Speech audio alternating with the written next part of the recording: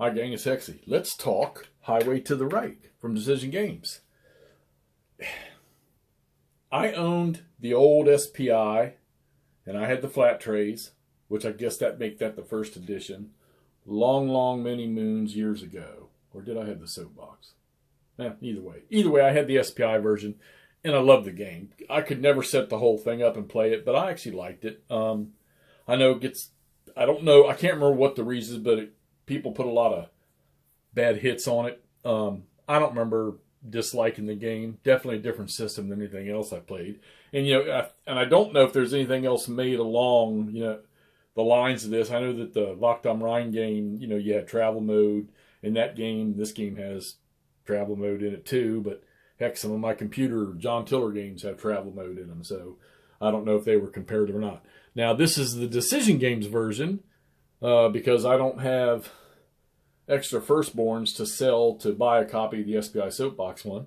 Although I know some people that have it, and I could get one. But I thought I'd give this thing a run, a play. And my first inclination was when I looked at the rules and the sequence of play.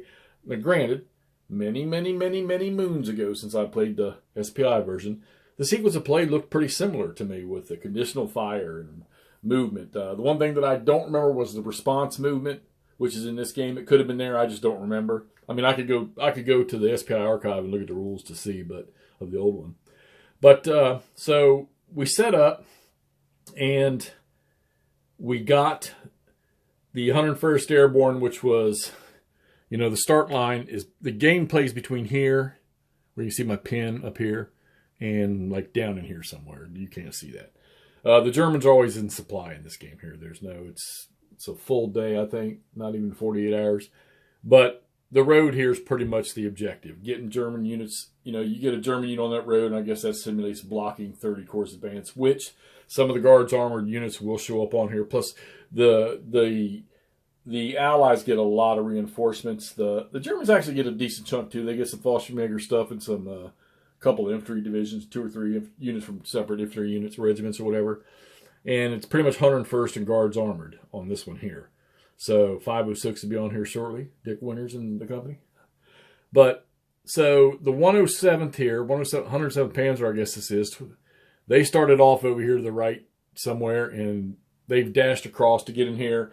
Then we've done a little fire combat. I missed it on the first firing for the paratroops, but it says in the rules that the paratroops do actually carry light anti-tank, which I kind of figured they probably carried bazookas. So I kind of missed that. Don't know how much damage that would have done.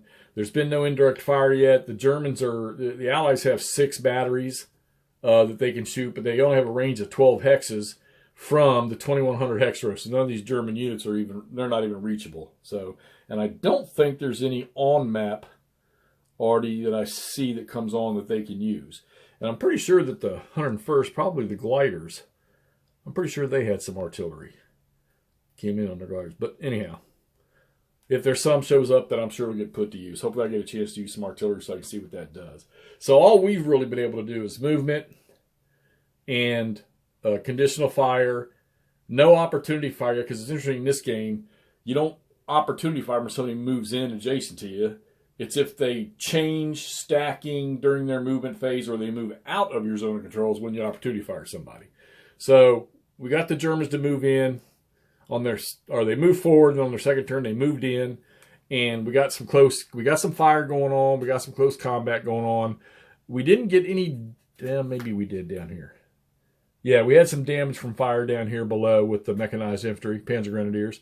And then we did some close combats. First close combat here. Very unique tables for this when you're doing fire or close action. I'm sorry, not close combat, close action. So you have value tables where you figure out what the number you're going to use on the fire chart is. Same with close action value. So your close action value happens during movement, at the end of a unit's movement phase, but it's during the movement phase. I got to spend 2 movement points to execute the close action where you're trying to enter the hex the enemy is in. And we did it with this one here. He drew a disruption, so he drew 1 strength point loss in a disruption, so he's got to back out 1 hex. But the American unit got disrupted too, so he had to leave. So that pushed him out of the town. And then this unit moved in, spent his 2 points, and he hit him right here. And he caused 2 strength points damages to him and chased him out. So what you do is you do for your close action value, you're going to figure out the effectiveness differential of the top units, and then you're going to figure out the morale differential of the top 2 units, or the top unit in each stack, and that'll give you a number on the close action value table. And then you go over and you figure out the strength to get your odds like you would in any other game, and you use the number that you got off of your close action value table. That determines what column you're going to roll the dice in, and then you roll a 1d6, and there's 4 separate columns, which, see, we can't flip over here and see that. Sorry for the light, but there's 4 separate columns that you use depending on what the odds were. And in your close action value determination table, you have the terrain therein when you're doing effectiveness and morale to get the number. If you draw one of these Ds, all right, so this could be one of those things where you declare your close action, and then you do all your figuration. If you get a D, the attacking unit is automatically disrupted and he has to retreat as if the close action never really happened. All right.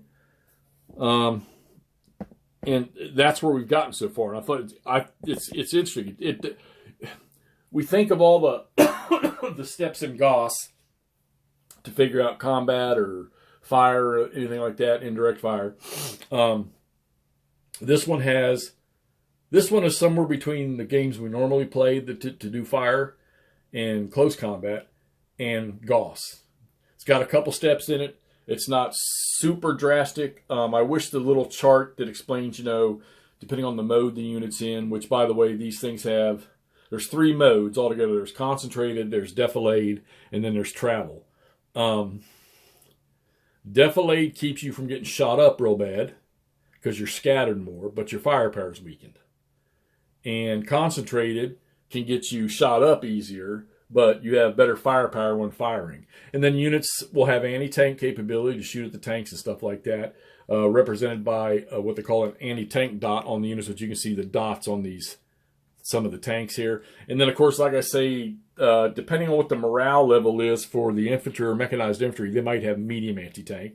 But all the paratroop units, they don't have an anti-tank dot, but all the infantry units have light anti-tank weapons. And then your heavy weapons teams, like right here, 2501 and 3501, they have the ability to shoot indirectly or directly, depending on how you use them. But now that I know with the AT ability, I got to make sure I apply that with the next fire phase. So we've blown through the first turn. We're into the second turn already on this. And like I say, the Germans are driving toward, they want to get on this road and hold it. All they need is hold 1 hex really to get a victory. Okay? But like I say, Guard's armor is going to come on. Looks like the first CG, I'm assuming that's Coldstream Guard. They're going to come on with some of their Fireflies here probably before long. They've got quite a few of them actually coming in. Probably comparable number-wise to what the 107th has here. So we might get a little bit of an armor fight going on if the paratroops don't knock out some of this armor before they get there. And reinforcements will start arriving on this next turn here, or this turn here that I'm starting, yeah. But yeah, so this is simulating 101. This scenario is called Hell's Highway, which makes me think of the game Hell's Highway sitting on my shelf here, which I've played. But and I always thought the whole thing was Hell's Highway. But yeah, it's this stretch here from the Gel all the way up to Uden right here is where this scenario is played. And the Germans, like I say, they need to get on that road and they need to hold it 1 hex of it through the end of the game, and they'll get a victory out of this. There's points involved for casualties and stuff like that, but we'll work that out at the end. So there you go. This is Market Garden. This is the introductory scenario for Decision Games Highway to the Reich. And yeah, let's so far so good. Good. This is I'm learning as I go with this, looking through the rules as I go. It's not real bad.